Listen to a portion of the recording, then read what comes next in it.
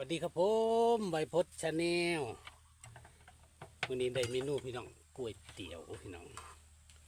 ก๋วยเตี๋ยวพี่น้องเส้นเล็กน้ำตกหมูเลยพี่น้อง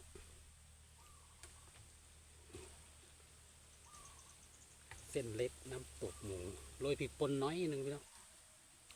พอดีเผ็ดจังหน่อยมาพี่น้องแซ่บๆร่วมกัน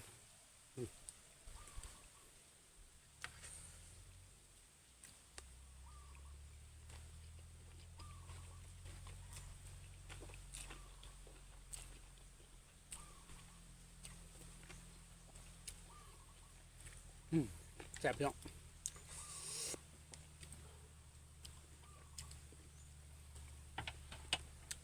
ผักกับผักแก้มแล้วผักกาดดอกผักกวางตุ้งพี่น้องกับตัวฝักยาว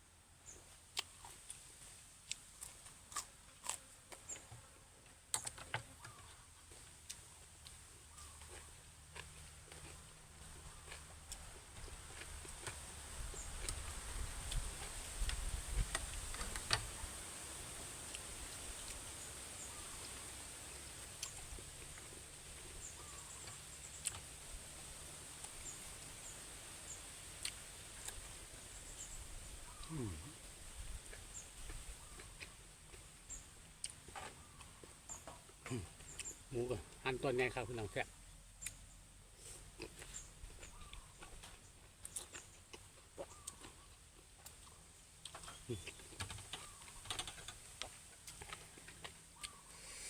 อืม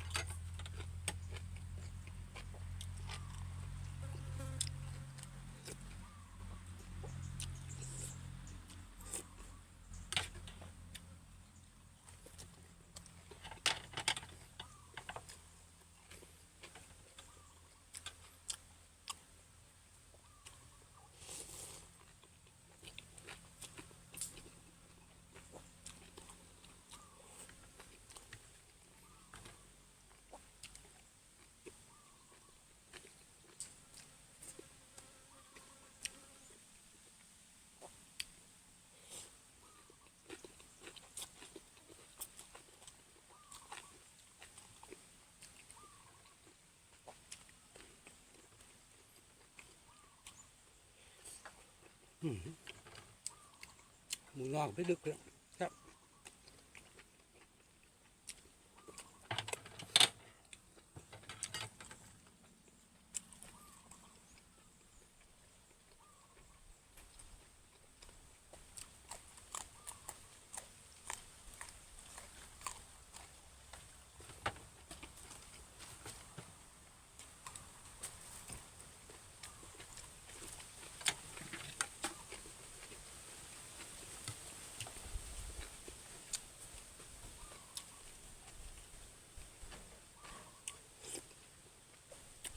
ลมแห้งพี่น้องมันลมมาอยู่ผมกิเล็กพี่น้องลม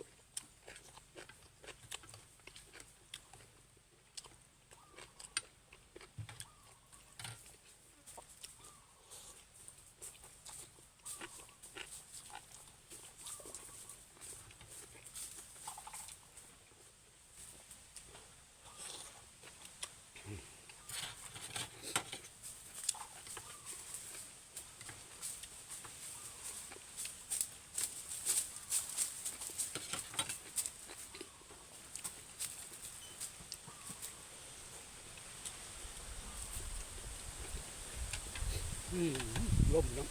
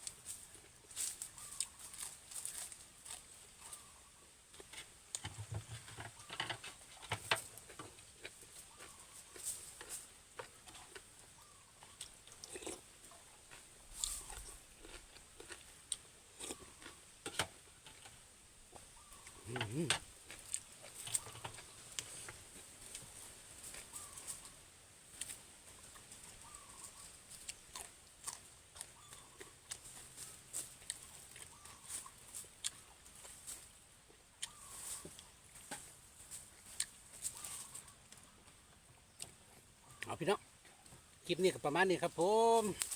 ครับตะไคร้กดไลค์กดแชร์กดติดตามไปเลยเด้อครับเด้อขอบคุณครับสวัสดีครับผม